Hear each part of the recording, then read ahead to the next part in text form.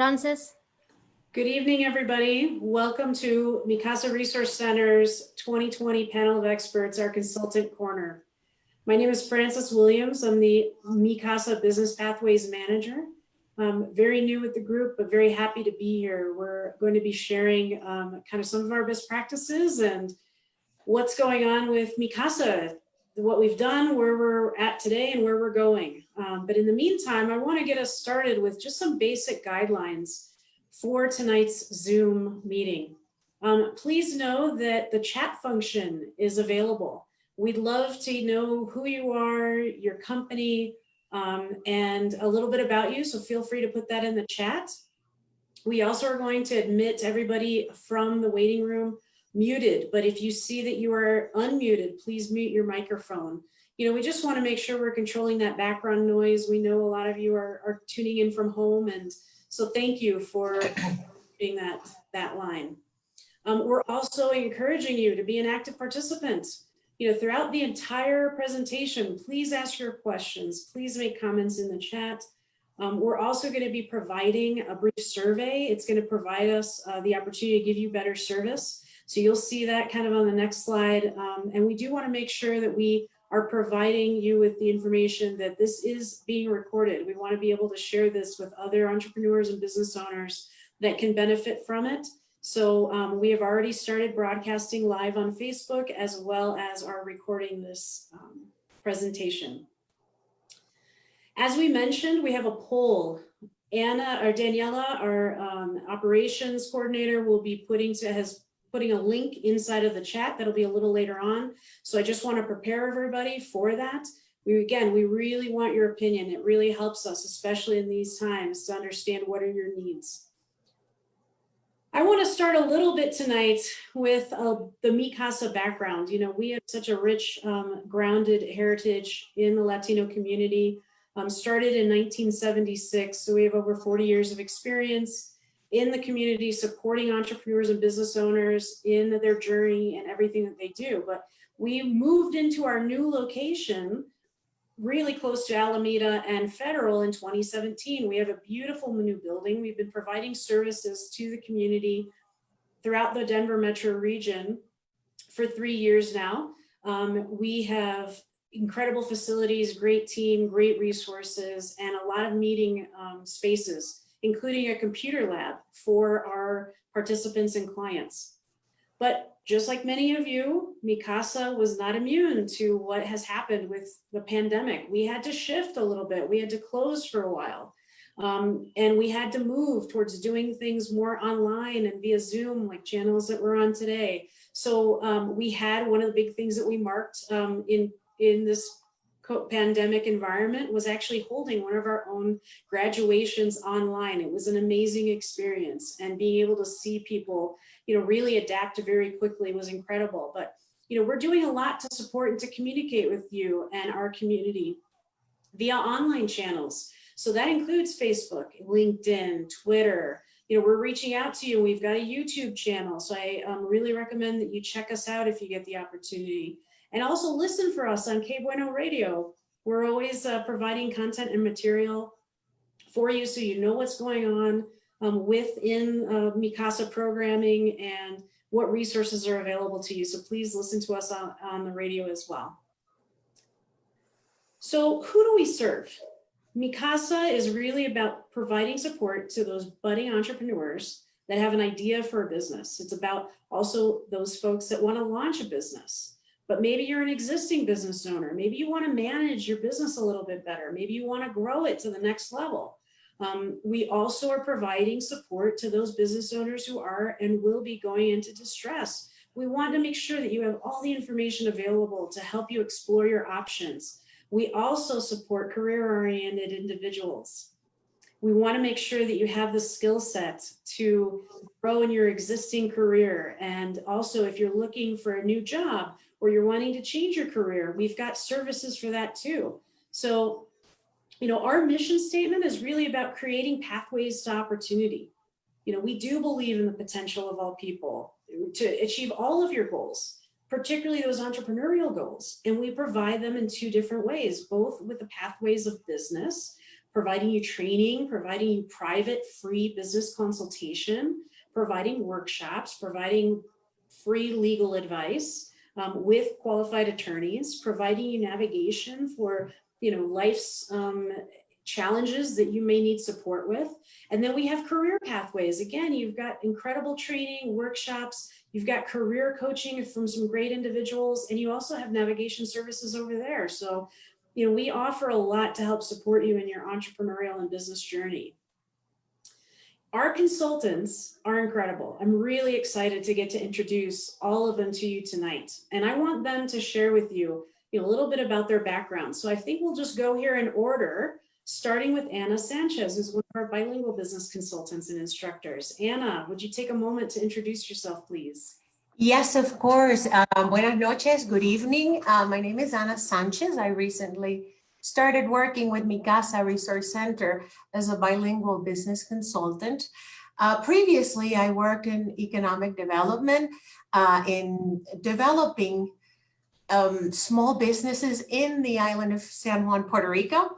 When I moved here, I had this wonderful opportunity with Mi Casa, and I just continued helping the community that I know so well. Amazing. Thank you, Anna. We're really, really lucky to have you on board. Andy. Hi, everybody. This is Andy Figueroa. I'm also a business consultant and instructor here at Mi Casa Resource Center. I've been working in this organization for quite a while. It's been 8 years. And believe me, it's been a great and exciting journey so far. Prior to Mi Casa, I was working in Mexico for the local government. So when I decided to come here 10 years ago, I applied for Mi Casa Resource Center, and my dream was to become a consultant. So finally, I'm here, supporting the community through business consultation and technical assistance. Thank you. We're really excited to be here tonight. Amazing. We're excited to have you. Kellen. Hi, I'm Kellen Lanier, business consultant and instructor as well. Prior to working with Mi Casa, I worked in the healthcare industry. So doing all sorts of business stuff, mergers, acquisitions, compliance, regulatory issues. So I'm a serial entrepreneur as well. So, I get to interact with a lot of startup and existing business owners at Mi Casa, and it's really exciting. So can't wait to talk more. Thank you, Kellen. And last but not least, Marcia. Hi, everybody. Thank you so much. We're so happy to be here. I am Marcia Davison, and I am actually a North Denver native. So for me, Mi Casa has always just been a part of my life and the community. So it was really important for me to work for such an esteemed organization, providing amazing solutions for our community. A little bit about me. I was an executive level training, learning and development director for a billion-dollar international company, focusing on restaurants, hotels, and casinos. I'm also a licensed cosmetologist, so a little bit of everything, and I'm just really fortunate to be able to provide the many resources that we have. So Mi Casa is really blessed to have all of these business consultants available to you. They all come from different backgrounds, they all have different skill sets, but the one thing they all have in common is that support and love for giving back to our entrepreneurial community. So we're very lucky to have all four of you. Thank you again. So let's talk a little bit about where we've been as Mi Casa, particularly focusing in on this COVID environment. How did we respond? So right here, we were able, Mi Casa, to partner with Marzano Research. We knew really quickly that we needed to find out what was actually happening to our community, entrepreneurial community. How are they being impacted? That was lots of hours on the phone, almost the entire agency making phone calls to over 1,900 participants to get the assessment reports, put together the research that was needed for that. These four business consultants were on the phone 8 hours a day, helping these participants and clients understand, and just listening to what they were doing. So because we were setting about surveying those participants and clients, I want to kind of start, maybe with Andy. Andy, what are some of the stories you heard? I know you guys, like I said, have spent a lot of time on the phone with folks. Well, first off, I want to say that Mikasa actually was very proactive in taking action, right? When we got to know that the COVID-19, hit the community and the world, we decided to start reaching out to our participants. And that happened really quick. I mean, we made 1,000, phone calls just to know how, people were doing, our clients and our families. And it was shocking to me because when I was making those phone calls, I realized that people were fearful. I mean, they were uncertain about what was to come, right? So I remember one of them saying, I don't know what's going to happen with my business. I've been working on it for 10 years and it seems like I'm going to have to close. So they were scared, they were uncertain, but they were also hopeful. Something that I, said to the business owners many times was, it is time for innovation. I mean, this is a crisis, but it also means an opportunity. So it is a time for you as a business owner to come up with the strategies and to be innovative.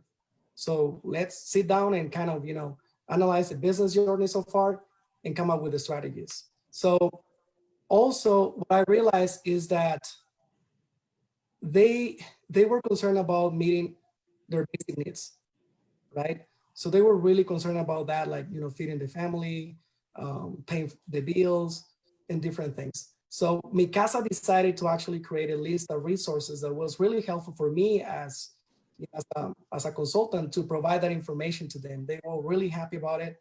And they said, thank you so much for providing this information. But I feel like the stories were a mix of, people concerned about closing their business, closing their doors, and also people feeling hopeful. When the pandemic hit for the first time, everybody was uncertain, but some people say, I know that we are going to survive and we are going to find a way to do it. And that is actually the business mindset, right? So yeah, so that's been my experience with the phone calls. Again, it's been a mix of people feeling hopeful and people just worried about the situation. Marcia, what were you experiencing? What were you hearing? Yeah, I agree with that. So I think what's really great about our community is that they are resilient and brave. They were brave to even start their entrepreneur business. So when faced with challenges, they just rolled with it. And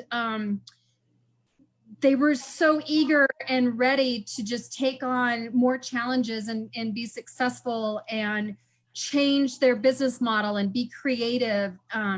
That it was inspiring. It was absolutely inspiring. So again, to the basic needs, we were so fortunate that we had amazing resources available to get them their basic needs so that they could easily get back to reimagining their business or just hunkering down and really focusing on thriving. So they were super brave and it was amazing to see.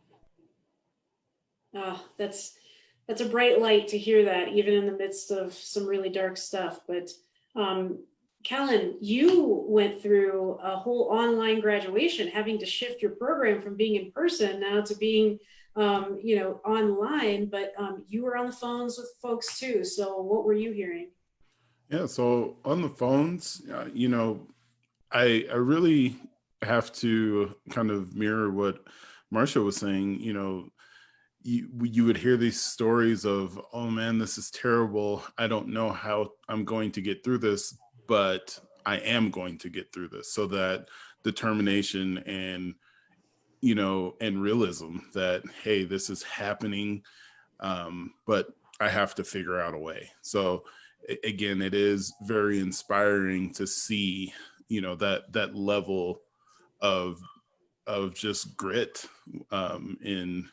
in the people we serve. Yeah, very inspiring. Anna. To me, it was very rewarding to be able to share the experience that I had in Puerto Rico after the hurricane. And the participants, it gave them hope because I would actually tell them, hey, we were without power for 6 months, some of us. We were with all our businesses closed. We couldn't have medical care or any of the basic needs, and we all pulled together. And we are lucky here to have an organization like MCRC Resource Center that did not hesitate to take care of his employees and to take care of our participants, because it's something that we were out there just making sure that everybody was all right, letting everybody know that we are here for you.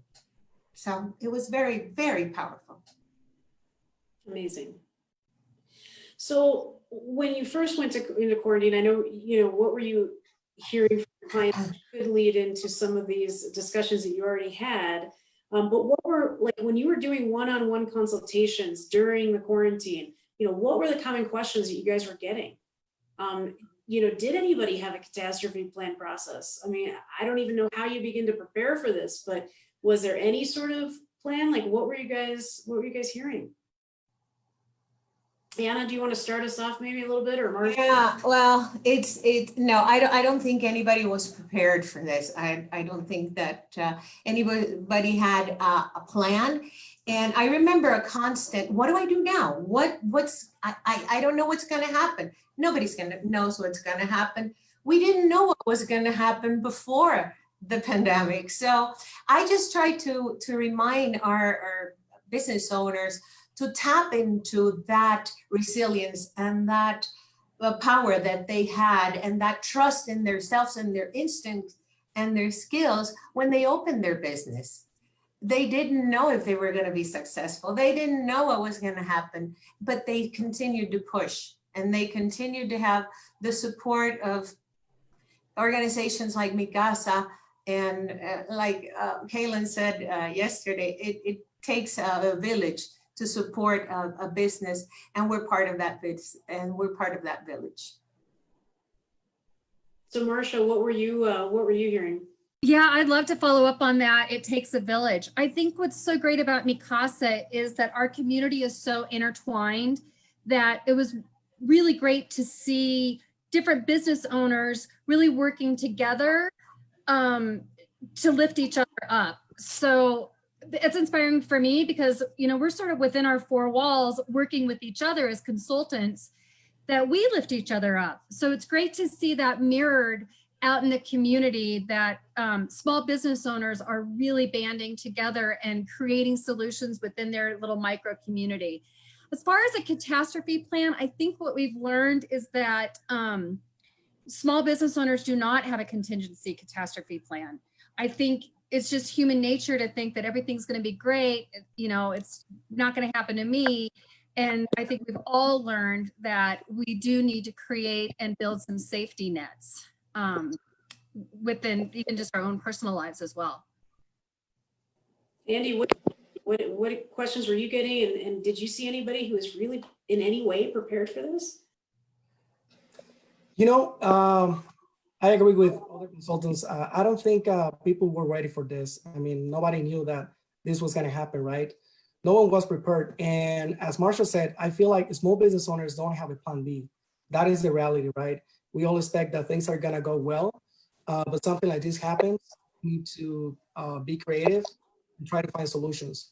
So I was actually in the middle of a business class, and everybody was getting ready to launch, their businesses by the end of the semester. Didn't happen. Some people were already in business, and they had to find a way to survive and to keep the business afloat. So the questions were, what's going to happen? And my response was always the same. I don't know what's going to happen. Let's try to find solutions, right? For those businesses that didn't have a presence online and, that were writing products and services with these platforms that we have online, let's do that. Let's plan on trying to become a business of the 21st century. Let's see this as an opportunity. So, of course, they were concerned about, costs. They were concerned about, sales decreasing, which of course happened. But also, I feel like they were willing to learn. They were willing to reinvent themselves. And I've seen that in my clients. And I'm really excited and happy to see that, because a lot of people went the opposite way, right? They felt sad, they felt depressed, and they got stuck. So me as a consultant, my job, besides providing technical assistance, was to motivate people and to say, hey, we are here for you. We are here to support you. So just let us know. Let's have a meeting, and let's work on your business. But I feel like everybody was in a time of crisis, even myself. But as time went by, things started to settle, and we were able to utilize these tools and to start reaching out to clients, and people understood that it was time to reinvent themselves and to, for some of them, start from scratch. That was the reality, honestly. Kellen, did you tell anybody with like a plan B, or like what were they asking, you know, when they would call you, your entrepreneurs, what were they asking you commonly? I think the common question was, you know, after the initial panic that we all cited here, was if my business it doesn't lend itself to this type of environment, how do I change it to make it thrive in this setting? So, you know, I had a lot of questions of what can I do? I remember specifically one client, you know, changed their whole manufacturing capabilities to start making masks. So, you know, really, again, this concept of just being highly adaptive, you know, so though they didn't have a plan, you know, they very quickly formulated one and executed on that.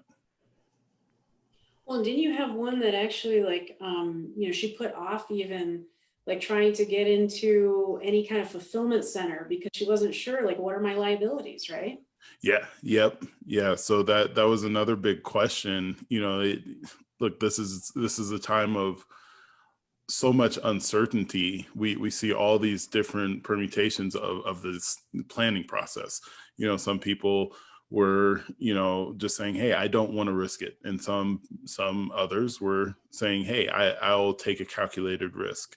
So we have this wide spectrum of reactions or responses in order to continue to be in business. So Kellen, this is a really good segue into our next question, which is more like really COVID specific, right? Mhm. I mean, you gave a great example of, you know, one of your clients kind of stopping and reassessing, like, what is my fulfillment liabilities here? What else when it came to really response to COVID specifically, were you hearing from these business owners that they were most concerned about? You know, I think what business owners were most concerned about is the longevity and the of this pandemic and the support structure around this pandemic. What's going to happen, you know, now that these structures pre-pandemic no longer work? How do I get that same support? That was a huge question. Of course, the elephant in the room is PPP and idle, and you know, we got a lot of those questions. Just what is this? Before we can even get to what do I do and should I? And, you know, I'm going to shift over to Marsha on that one, because safety and protocols is so huge and impacts so many different industries. You know, you had panels in the last month specifically catered towards hospitality and restaurants and, you know, salons and spas. So what were, you know, those specific concerns even around safety? So I think we're really fortunate in the hospitality, spa, salon, body art, any of those kind of businesses, in that we already have so many safety measures in place just to function pre-COVID. Health department, DORA, all of these things in place. So we're naturally prepared for health and safety concerns. I think post-COVID, it's just going to be really maintaining those relationships with those departments and instilling that trust with our guests, clients, so that they will feel safe to come back, whether it's at a limited capacity or once which we will, fully open. So I think we're probably, the hospitality, spas and salon industry might be a little bit ahead of the game because it's already in our DNA for safety and sanitation. Do you feel like our community really responded quickly to this, like, especially on a regulatory? Yes. Oh, perspective? absolutely. You're already highly, okay. Yeah, 100%. Colorado Restaurant Association, the mayor's office, the health department. I mean, I could list all of them, but it was an immediate response. So just short timeline is, let's just say, I think it was March 13th, there's 15th or something like that, that we pretty much went down, right? Mm-hmm. The 19th of March, we had created a task force working with the governor and the mayor to start creating a new dialogue and reform, if you will, around safety and sanitation measures for our service to service businesses. So Andy, I want you to address the same question. And I do want to make sure that everybody in the audience understands, like, we serve a wide variety of entrepreneurs and business owners. We have some great specialties, and, we had some really great industry specific, and we certainly have a lot of people from certain industries, but we're here to serve any and all businesses. But Andy, what were you hearing, like, specifically from the people that you were talking to about, COVID specific concerns, even, was it consistently, safety? Was there more that you were hearing? Are you saying Andy or Annie? Yes. Andy, sorry. Andy, okay. Okay, so that's me. Yeah, so I think, the business owners that I was serving, that I'm actually serving, they were concerned about their employees. They were like, I'm afraid about losing my employees. They have family, they have kids, to send to school. And they were trying to find ways to survive, basically looking for capital, access to capital. I've been working with the city of Thornton in the Office of Economic Development. And I see that, businesses didn't have savings. And of course, when the COVID-19 crisis came, they were not prepared. So they were looking for those funds. And as Marsha said, I'm really happy, and I feel lucky that we live in this community, because the response was quick, and we started like distributing funds, to those business owners so they could survive the crisis. But yeah, I mean, the concern was access to capital, losing employees, and of course, decreasing sales. Anna, how about you? In the childcare and the cleaning industry, the biggest concern is, how do I keep my employees safe? And how do I keep them safe? Not only for them to continue working, but to inspire trust in my clients. If you're taking care of children and you're going into somebody's house or somebody's office, you need to communicate, and you need, from your wardrobe to your messaging, that you are taking care of the people that work for you, and you are taking care of the people who sponsor you. So for those two industries, it was, how do I inspire this trust in my employees first, and then in my clients? So Anna, let's stay with you, because I want to talk about, all four of you have been really consistent. Your clients adapted, they responded to this pandemic, they found a way through, which is a common, I think, component to being an entrepreneur, right? Is this incredible resiliency and this persistence. So in what you were seeing, what changes worked? What didn't? Like, Anna, I'm going to point to you to start us here, because I'm thinking specifically of one of your cleaning services. Yeah. Imagine this situation. I get my business dries up, and all of a sudden I start getting business again, because I started communicating and taking all these measures, but I do not have any cleaning materials.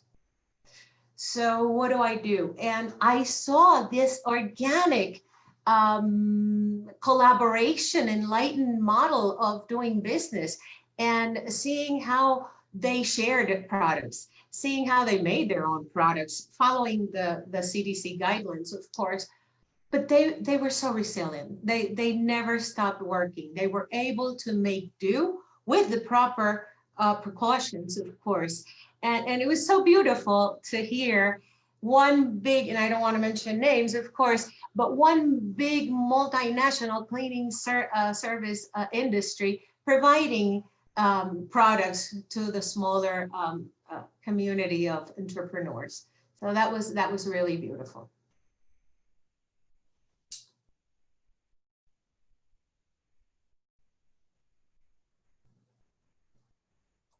Francis, you're muted. Your audio.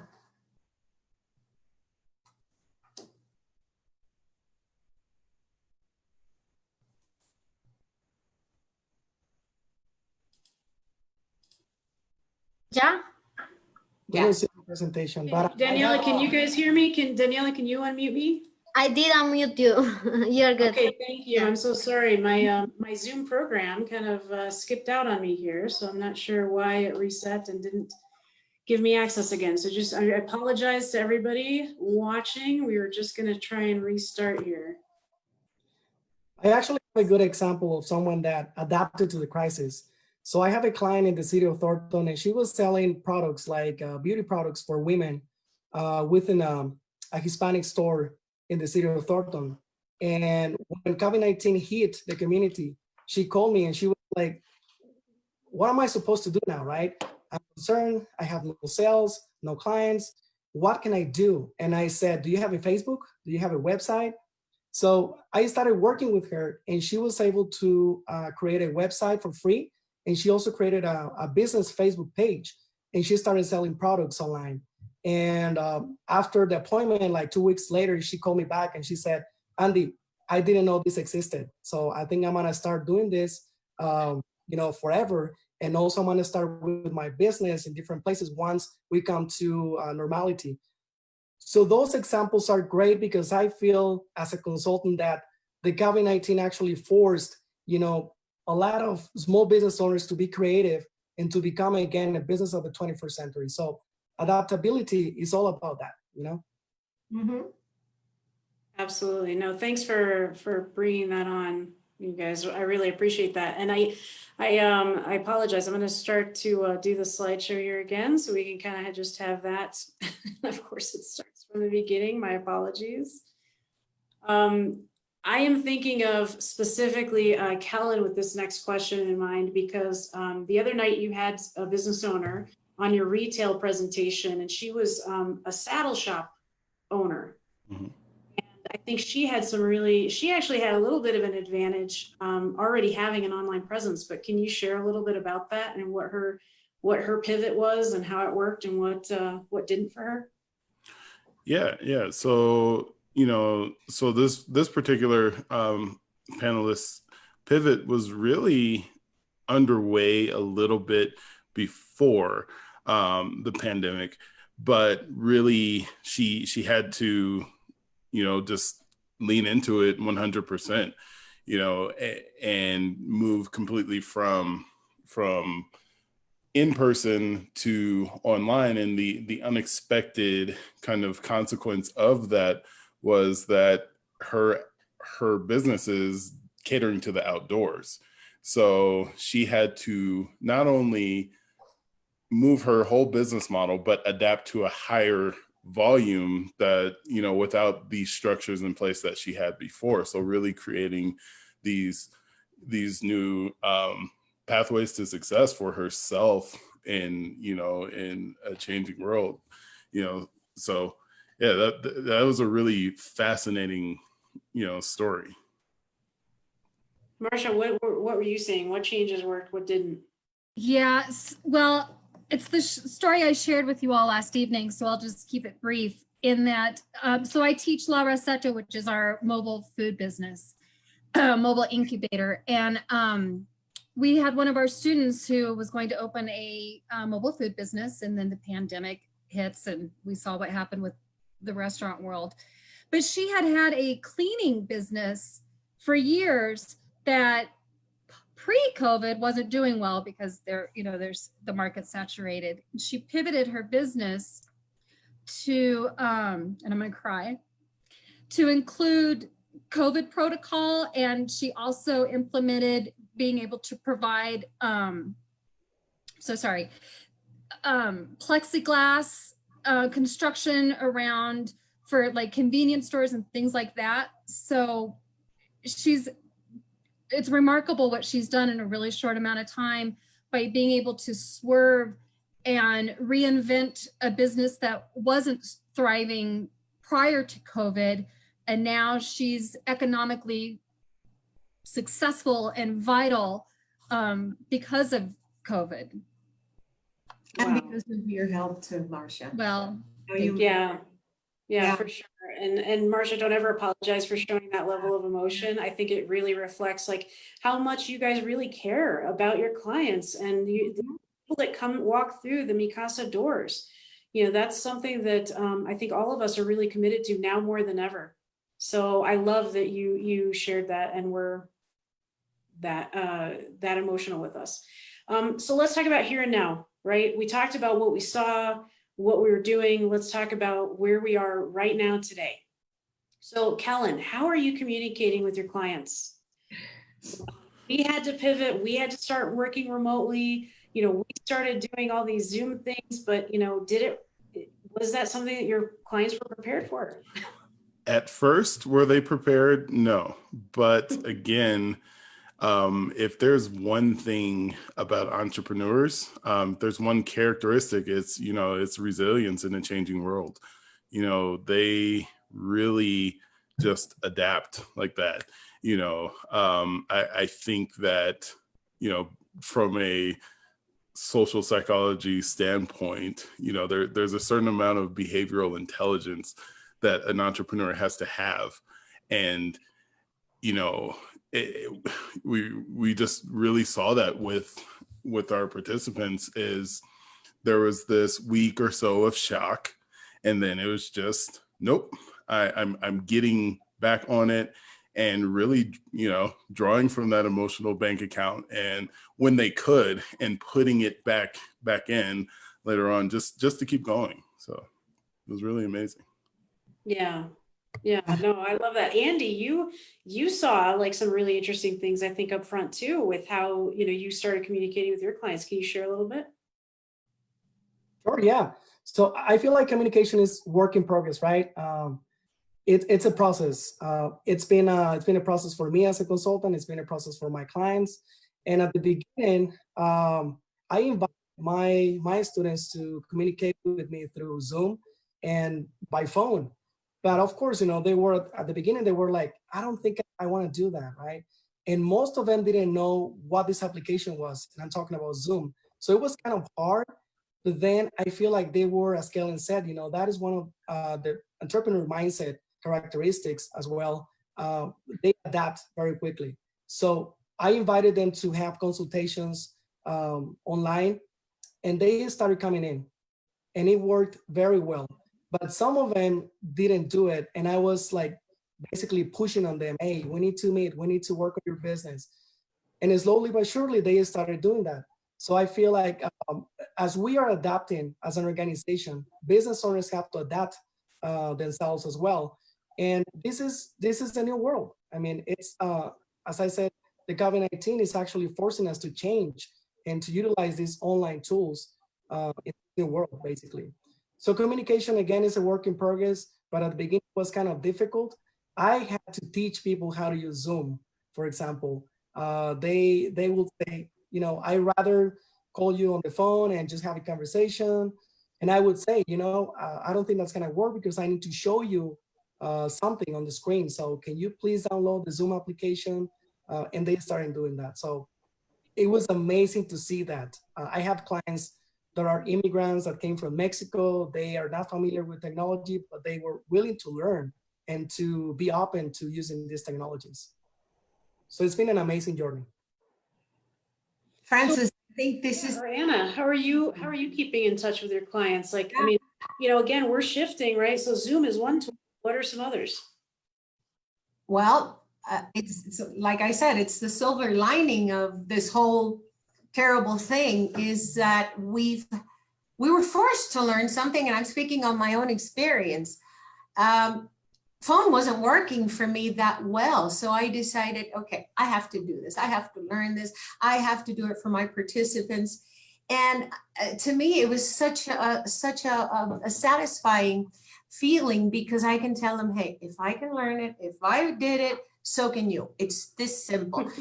And explain it in terms that we can both relate to. So it's been wonderful, Francis, to be able to engage and really look at people in their eyes. You don't feel the distance, you feel connected, and that's so important. You know that I had this focus group to Yes. the needs of the cleaning industry. And that was remarkable. And it was, it wouldn't, the magic that happened there wouldn't have been possible without the technology. So I'm 100% technology in now. Yeah, and we do, you know, Mikasa, I think, has some incredible technology tools. I mean, just to give people an idea, just internally, you know, we utilize Zoom, but we are, you know, constantly communicating via MS Teams. That's another great tool. You know, we use that to call each other via video. We use it to chat in their chat function. Obviously, there's still traditional, you know, good old phone and email and text messaging, but I know we've all had to adapt. And so let's kind of move forward a little bit, because I want to, you know, there are a lot of resources out there for people. We've been trying to share them on a weekly basis in our newsletter. You know, I know we shared a lot of them on each of our panel, like industry specific panels this month, but you know, you guys are on the really talking to all these entrepreneurs, you're on the front line. So how are they sorting through all of these options? Because there's a lot. So Marcia, do you want to lead us off on this one? Yeah, sure. So,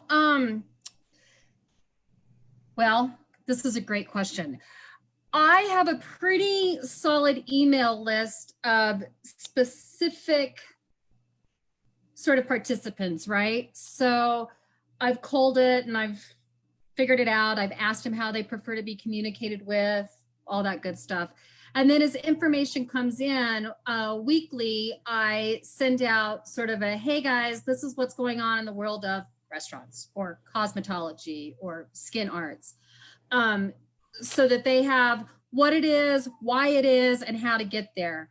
I always vet the information and not just send a blanket email that I got, you know, a link. I want to make sure that it's a viable, reputable industry service before I just pass it over. So that's how I do it. Seems to be working. They're doing great. Well, and Marcia, I mean, you've really been leading the team too. You're amazing with sharing with the rest of the Mikasa team, you know, all those resources. So, you know, anybody who's watching, you know, please reach out to us. We'll make those all available to you. But Andy, how are you seeing your clients sorting through all the information that's out there? There's a lot of information out there. There's a lot of resources as well. And what I've been working as a liaison between those resources in the community and the business owners. For example, access to capital. I'm working with the City of Thornton through the Office of Economic Development. And as I mentioned before, we are providing funds to business owners in that city so they can survive the crisis. So that is a great resource, you know, for business owners. I always, you know, whenever I get a call about a business loan, I say, where do you live? Do you live in Aurora? Do you live in Denver? Do you live in Thornton? Because they are helping people, helping business owners thrive in this crisis, right? Through funding and through different resources. So I think that's going well. And I'm really happy and lucky. I feel lucky myself to be able to provide that information to business owners and to also assist in this case with applications for funding. Kellen, do you see your clients like really going to like specific municipalities to help them sort through all the resources, or what are you seeing? And, you know, I saw a few different phases of information seeking. You know, I think early on, I saw a lot of that of going to different municipalities, you know, and then those different municipalities started sending more information via email and posting it online. So that got a lot more accessible. And then, you know, we had clients going through this verification process because there was so much information out there. You had conspiracy theories, you had, you know, then you had the facts kind of worked in there somewhere. So, then it kind of saw this shutdown of, okay, I don't want to hear anything else. And then that introspection of, okay, what do I need for my business? And then being a lot more selective about how they, sourced information and implemented it. Yeah. So I know, Anna, you're doing a lot of the same things as the other three consultants, and you've been an incredible resource for your clients as well. But I'm going to speed things up a bit. We're going to move on. And I'm going to ask you the next question, which is, again, we were not immune to the changes in the response to COVID. We've done, a fair amount at MCRC Resource Center, but you have spent the most time in the office in the last few weeks. So what are you seeing, Anna? What are we doing to help, make MCRC, our physical presence, a safe place? Well, when I first got here, I didn't know if I was in the right building or not. I mean, it looked the same in the outside. In the inside, everything has changed. Everything is labeled. When I came in, my temperature was taken. My routine questions of my well-being, and then being inside the building, everything is separated. Everything is very carefully thought. There's not one corner that's not labeled, doesn't have a disinfectant, that is not there for you to feel safe. We're all wearing all the time. And when we start receiving our participants in the lab room, we've made all the necessary and all the guidelines. We followed all the CDC guidelines to have more than 6 feet of separation to make sure that everybody's safe. But at the same time, yes, this is very important. I think the most important thing is to be safe, but we have a presence here. We have a responsibility here for our participants. And that is why I want to send this very important message. I am here. I am here for you. Yeah, for sure. And I think anybody who's watching right now or who's going to be watching this recording, I really want you to know that we are here. We're available and open to you with an appointment right now. But bring your mask. Masks are really important, and they are showing to help keep us all safe. So just when you come to MCRC, don't forget your mask. Let's see here. So let's move on. Oh, this one. Can I just make a comment? Oh yeah, of course, Andy.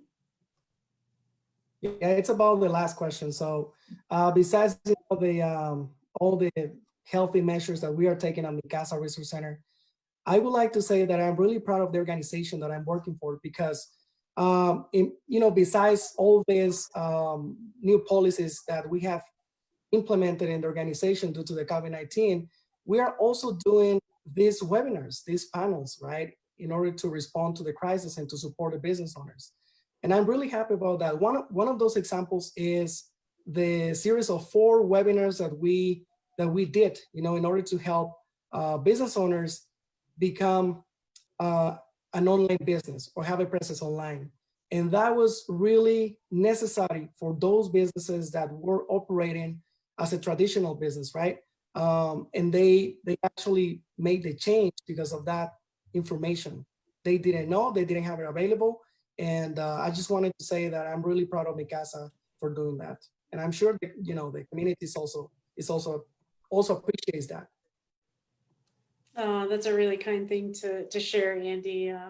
That makes me proud to be here too. I think we are doing things, but this question I actually, I want you to address.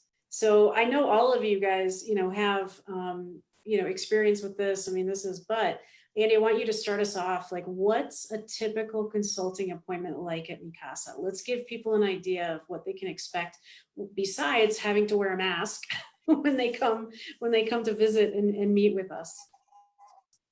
Sure. Yeah, so I think this is going to be a little bit different for each of the consultants. We all have a different style. But I would say when it comes to consultations, you can call us directly, you can email us, and you can actually walk in. We are not providing that service right now, but that is, how we do it, at least when we didn't have the COVID-19. So my style is basically when someone comes to consultation, I ask them questions. I ask them about their background. I ask them about their personal story, because I want to be able to connect to that person. And my job as a consultant is to sit there and listen to the person. And the goal is to find solutions to the problems that the business may have, right? And those solutions are ultimately on the client. So that person is going to decide what he or she is going to do with the business. We walk the person through the different scenarios, and we find the solution together. So we spend like around an hour and a half, in the conversation. But the goal is that we need to find solutions every time someone comes to us, because they want to hear that. They want the feedback, and they want to hear from the consultants. What do you think about my business? What do you think I should do, right, to solve that issue? So that's a consultation. That's how it goes for me. And Andy, do you think there's like an average number of times that you meet with an entrepreneur or existing business owner, or do you think it's like a case-by-case basis, depending on their needs? It is a case by case basis. I feel like with consultations, I have had clients that they come to me and they meet like maybe two times, and I also have clients that I've been working with them for 2 years, right? 1 year, 2 years, and they come back to Mi Casa because they know that we are here to support them. But I would say it depends. It depends. Some people with one consultation, they're ready. By the way, I just want to remind everybody, we have the chat available. If you have questions for the consultants, please feel free to submit your questions and ask them. We want you guys to get a good idea of what you're going to experience when you walk through our doors.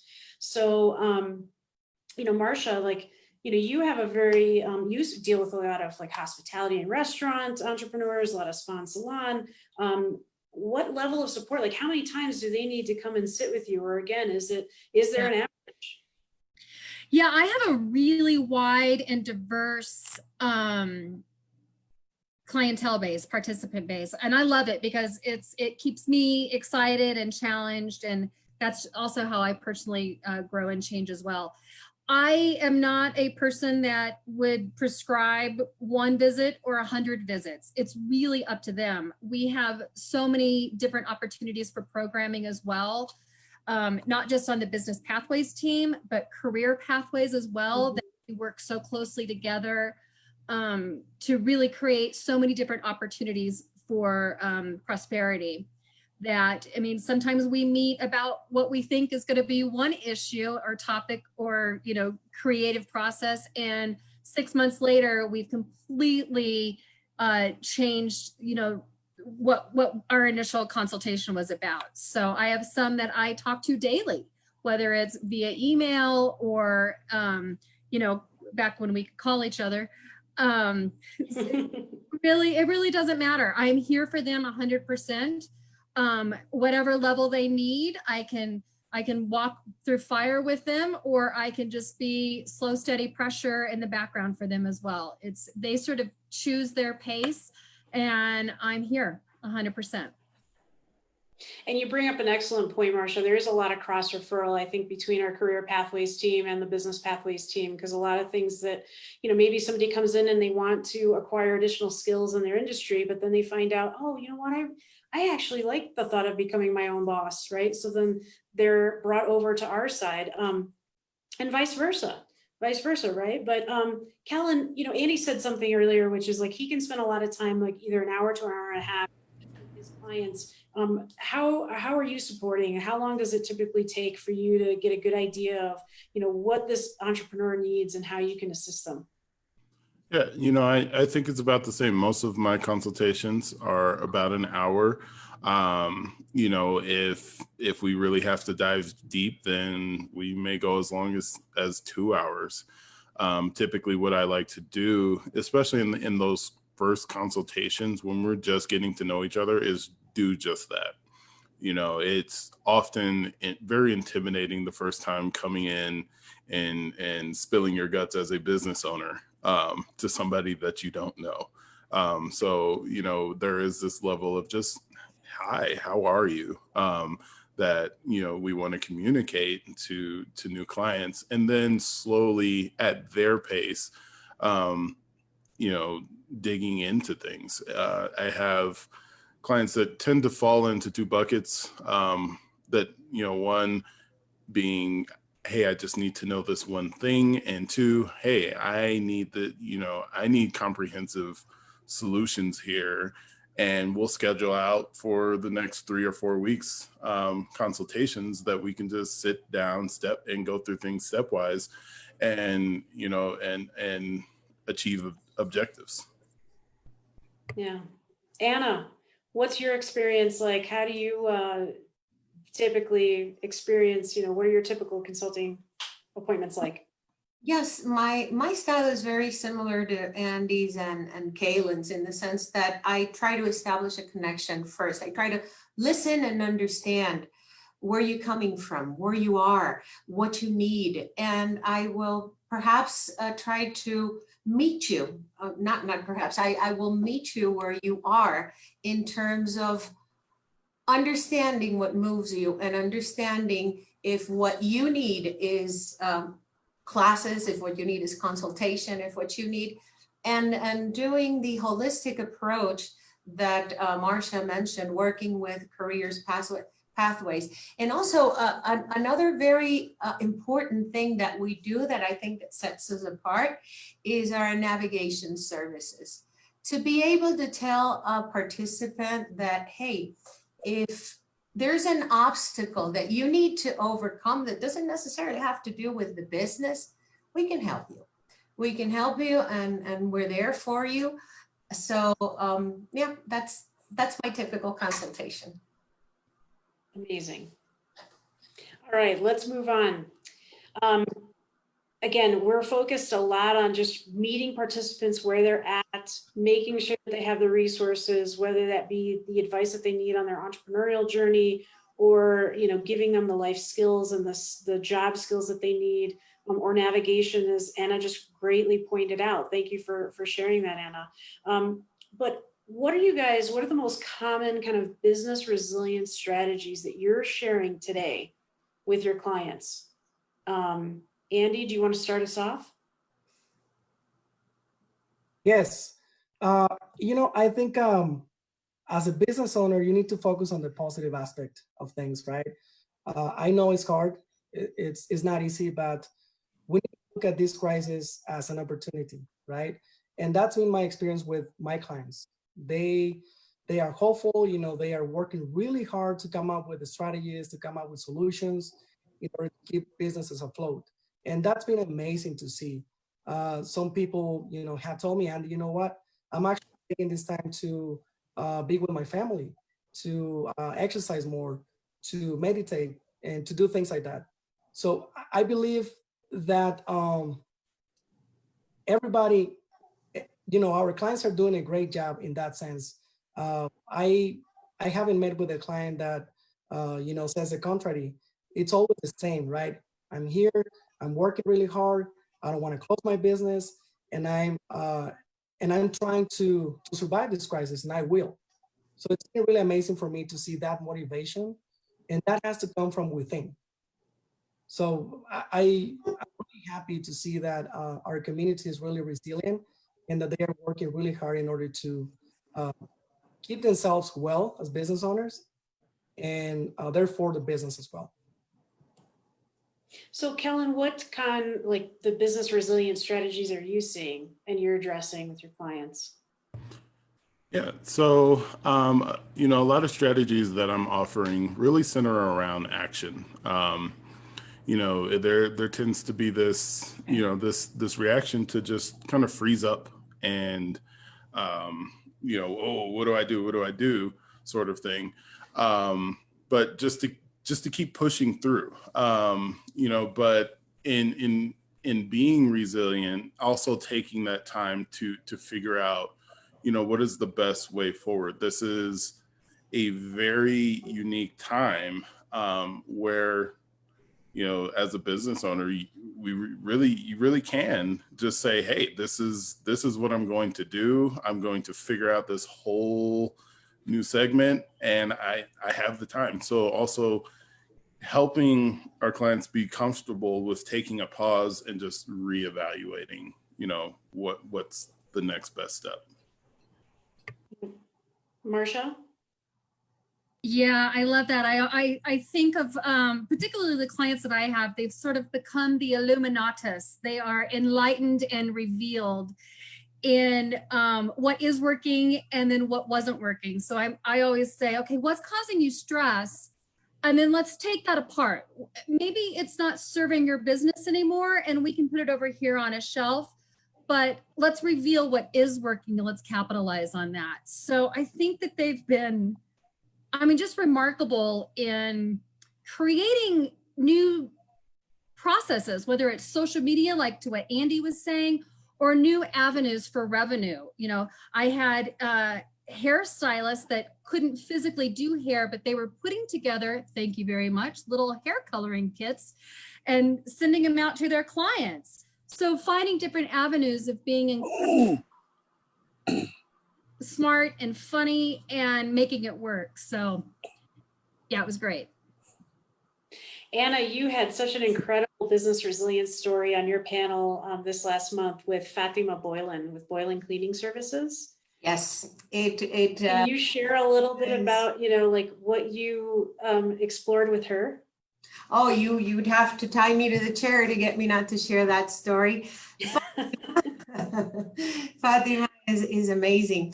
When her business dried up, she went into shock. And these are her words. So she went into shock and she started saying, what do I do? What do I do? How do I figure this out? And this is a very resilient, strong woman that you're dealing with there. So she decided a different approach. Let me stop thinking about myself and my business and my well-being, and let me think about the well-being of my clients and about the well-being of my community.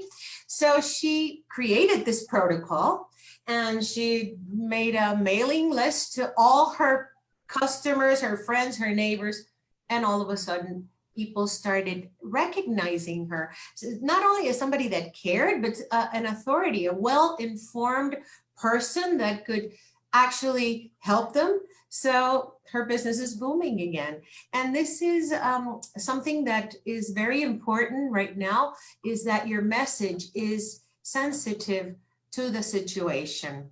That maybe this is a time that you want to give back a little bit, okay? Things are going to change.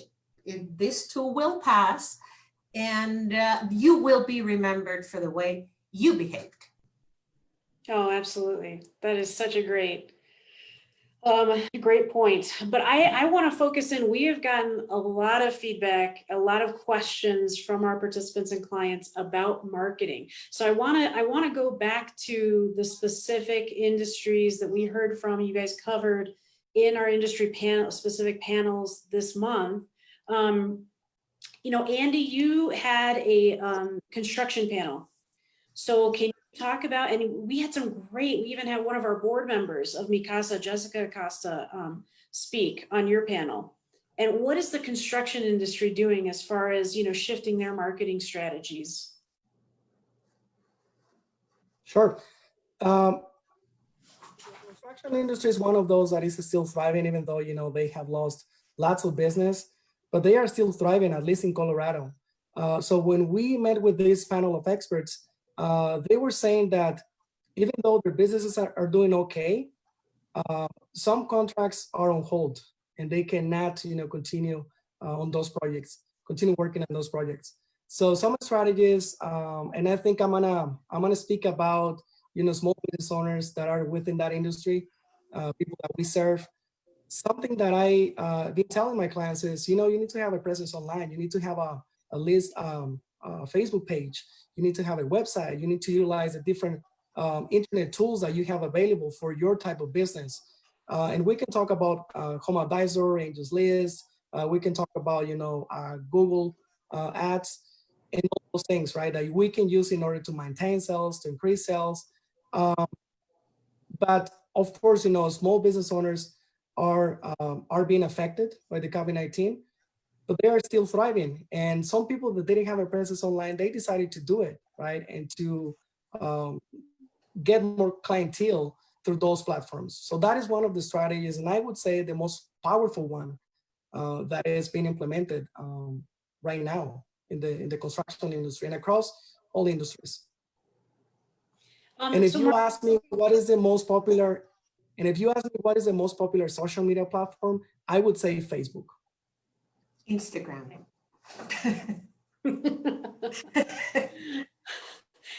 Marcia, can you speak specifically to the restaurant industry? Because I can. I'm actually gonna lump restaurant and salons in together. okay.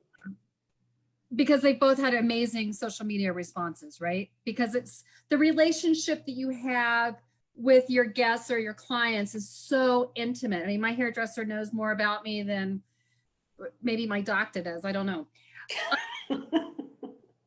So really having that connection on social media was super, super, super important. Instagram, I think, is really hot right now because it's instant. There's 40 billion users a minute or some craziness like that. They can take pictures of their farm or their fresh eggs or whatever they're doing globally or on a micro level to create that sort of community synergy was really remarkable.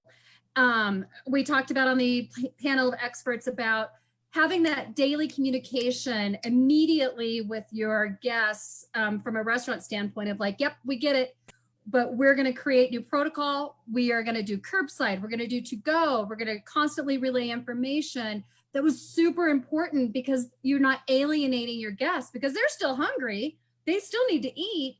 And I still want to go to my favorite restaurant. So it was really important to use that social media as your outlet. And I think it really worked. I think we're going to see those that use social media are going to come out of this phenomenally successful. And those that sort of were a little bit more polarized, not necessarily because they were tech savvy or whatever it may be. There's so many reasons behind it. I think that we'll see that we'll see how that comes through the funnel, right? To see how that comes sort of out in the wash. I'm really excited to see what the next 18 months have for the restaurant and hospitality industry when it comes to social media. We'll have to keep a watch on that for sure. Yes, we will. Kellen, what you saw in retail was a little bit different. And I think mainly because of the nature of it, right? So we've got, e-business platforms, but where did you see them shifting and where do you see them having the most impact with social media as far as supporting their retail sales? Yeah, so the specific locations, that I really saw a lot of social media activity, Facebook, of course, and some of the other business owners outside of the retail panel, but still in that retail world, really started utilizing Nextdoor. That was a surprising one, but it's still, it has that open network like Instagram still has. So they were able to very quickly get in there and expand their reach way faster than they can with those limiting algorithms in Facebook and so on. So really using Nextdoor to say, hey, I'm here, I'm right down the street, I'm making masks. If you want, we could I'll be here at this time selling masks, of course, keeping social distancing and all of that. So just connecting on a way more local level. And what we saw interesting was a spike in users in Nextdoor prior to businesses fully adapting, just because everybody was home and wondering what their neighbor was doing. Mm-hmm. Yeah. Okay, Anna, the big question, Instagram versus Facebook, which one do you think? No, I'm not going to go into that one. Catch me there. But I'm not going to repeat what my coworkers and partners said, but I am going to take this opportunity to let you know that we are soon going to be giving a workshop on social media and marketing strategies, and it's going to be industry focused. I'm going to facilitate the one in Espanol, and Marcia will be facilitating the one in English. So if we could be talking about social media and platforms all night. It's something that you can tell we're passionate about, but let's save it for that for next month. Go to our website and sign up because spaces are limited. Yes, yes, for sure. So I'm going to keep on going, you guys, with really focusing on questions because I'm not seeing much coming in from our chats. But that said, that is still available. If somebody wants to participate and wants to ask a question, you're always welcome. But let's move on to what people can expect in the future at Mi Casa. Because you're already promoting, and I love it. You've already got the social media boot camp. What can I say? So, but you know, this really comes down to what support do you guys think? What are you planning to, how are you anticipating the needs of your clients right now? So, and is that different? Is it going to be different in the next 6 months, right? Versus the next year or two? So I just want to hear everybody's opinions. Marcia, do you want to kick us off here? Yeah, sure. I'll take a stab at it. I think what we've proven is that our participants and our teams, our internal teams, are incredibly resilient. And I think that we're going to see more remote learning, more remote meetings, just because I think it's going to work into the ease of their everyday life and the ease of our everyday life. We get it. We have kids, we've got blah, blah, blah, everything like that. For them to take time out of their day to try to get to us, I think we've proven that we can meet them and we can still be there and be vital and viable and a part of their process in such a meaningful way without physically connecting human. So I'm really excited to see how this changes the dynamic, especially with our learning platforms as well. Please, gosh, I don't know what restaurants, man, it's going to be interesting to see how this changes. I am hopeful that Colorado continues the course, maintains our social distancing so that we do not have a spike until we get a vaccine, because we are coming out of this really smart. And I don't want to see what other communities outside of Colorado are doing, because we are dependent on our small businesses. And Yeah. I don't know if we could survive a second wave. We're smart, we're resilient, but I want to make sure that we're slow and steady, keeping the path and making smart decisions. Yeah, and making smart decisions, I think also means having difficult conversations. Yeah. Right. And so we're preparing for that too. But Andy, what other ways are you preparing specifically to support, your clients? First off, I want to say that the world is not going to be the same. Things are going to be very different. And we need to be prepared for that. I mean, this COVID-19 crisis is going to last. We're going to, be in the same, not in the same situation, but we're going to have to, follow the guidelines and the different rules that we have in our communities right now in order to keep us safe. So for businesses, I would say continue developing those online tools, continue hosting remote, meetings and different, meetings with clients, with potential clients, with your employees. That is actually happening right now. For example, last week we had a conversation with the construction industry experts. They were saying that they are already doing those things, like meeting with people remotely, right? Using these tools in order to keep themselves safe. And they were also implementing sanitary and safety policies in their workplace in order to avoid, getting sick with the COVID-19. So I would say that plan for the future. If you have a plan already, that plan has to be adapted to the new world. Yeah. And we're here to help you. You can always, call us and schedule an appointment. It's a free consultation. We don't charge anything, so take advantage of that.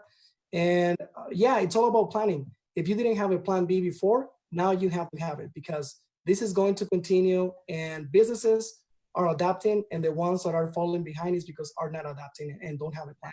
So make sure you think about it and make sure you are also using the online tools that we have. Awesome. Let's skip ahead a little bit, you guys. The next question I want to ask you is, really quickly, what advice are you going to give an entrepreneur that's specifically considering starting a business in today's new world? And then follow up, like what general advice would you give to an existing business owner that would be walking through Mi Casa's doors asking for help? But I really want to focus in particularly on those entrepreneurs that are considering starting a business. So Kellen, can you lead us off here? Oh man, I have a lot to say. So in 2 to 3 sentences, can we use commas? Well, maybe we need to expand it a little bit more. Just give him a break. I'm ready. Yeah, okay, I'll keep it very short here. This has been my slogan or my motto for the longest time, but just jump in, and a period after each one of those. But sometimes you just have to get your hands dirty, and entrepreneurship has not changed. Everything else has, but that spirit hasn't changed. Wow, that for a man of little words, that is really powerful. I mean, that encapsulates, I think, just jump in. But Anna, what do you think? What quick advice, especially like, if you're talking to somebody who's coming through the Mi Casa doors, they've got this great, how it goes. They've got this great business idea, Yeah. and how do we support them in wanting to make that a reality in today's new world? My father was a carpenter, and he had this rule about measure twice and cut once. So this is the time where you really need solid advice. You really need, forgive the false modesty, but you really need a solid business advice like the one you get at Mi Casa. And what we don't have, we can connect you with. So that is my advice. That 2 sentences or 3? Absolutely. Let's go on. Kellen, this one we've been working on, right? Because this is considering a business. We are getting a lot of phone calls here at Mi Casa wondering, when we're going to bring back considering a business. It typically will bring in large crowds, about 50 students per class. But where are we going with it? How's it going to change going forward? Yeah, so considering a business is going to change. It's going to change for the better, right? So,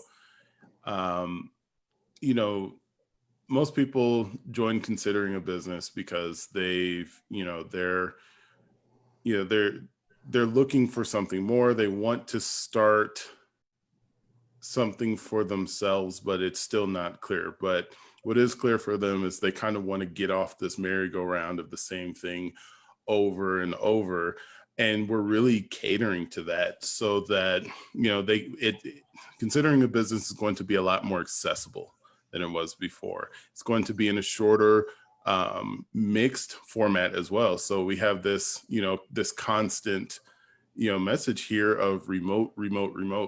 That's definitely we're listening to that, and we're adapting to meet people where they are. So people can really walk away from considering a business session not only feeling informed but empowered, so they can just think, okay, this is when I win. This is where it starts.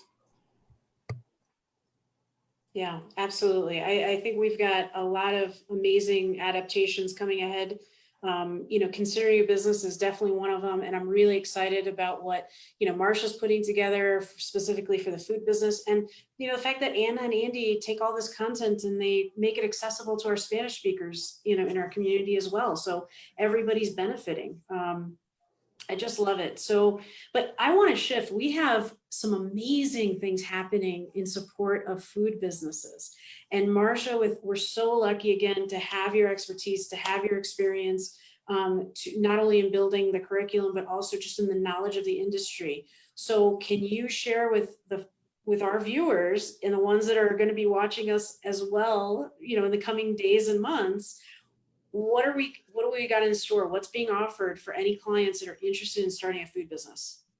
Yeah, I love to. So we've taken the La Receta program as it was And we really assessed how our students were receiving it, using it, benefiting from it, and we're redoing the whole thing to make it more accessible, more targeted for success. So we've taken what was a traditional program for all learners or any various stages of business, and we're really assessing their culinary needs, their business acumen, their branding, and we're going to really target which direction they need to go, whether it's that startup program or whether it's the health and financial wellness of their business. So we've taken one program and we're creating essentially three out of it. We'll have Considering a Food Business, which will be sort of like the appetizer. Seeing what I did there? And then we'll have the Fundamentals of Food Business, which will be where we assess where you are sort of in your life with your dream. And then we'll provide side education, whether it be that we get you into a culinary program or computer program or whatever you may need. And then we really get into La Receta, which is La Receta Pre, which is that startup, that vision, that dream where we start building it. Or if you already are in business, that's La Receta Pro. And that's where we really dive deep with mentors to really direct the growth and the foundation of your success. And that is to support both the brick and mortar entrepreneurs as well as the food truck entrepreneurs, correct? Right. So I think that it's important, traditionally we really focused on mobile business, but I think that what we've learned through the last 4 months is that food business is going to change. Brick and mortar may be considered mobile because they're doing so much of that. Cloud kitchens are sort of the ghost kitchen, cloud kitchen, whatever you want to call it, is going to be a big push. Catering is going to look different. So really addressing the food industry as a whole to provide them some great tools to be successful. Addressing the COVID, we spoke briefly about that prior. It's sort of mandatory. The food handlers, Serve Safe, NFRSP, all of that stuff includes COVID now. Again, we're super fortunate in the hospitality industry to sort of have this really strong foundation of safety and sanitation. I do think it's going to be a measure of business success of those that take it seriously and make it a trust factor that they are constantly reinforcing this with their guests and their employees. For those that maybe don't take it as seriously, I don't think they're going to be as healthy business-wise. 2 cents. Totally. So I want to address this final because this is, we've heard from us consistently, Mikasa is pivoting. We are also changing and adapting to this new environment. We've talked about for years doing a blended learning platform, and now we're actually bringing it to life.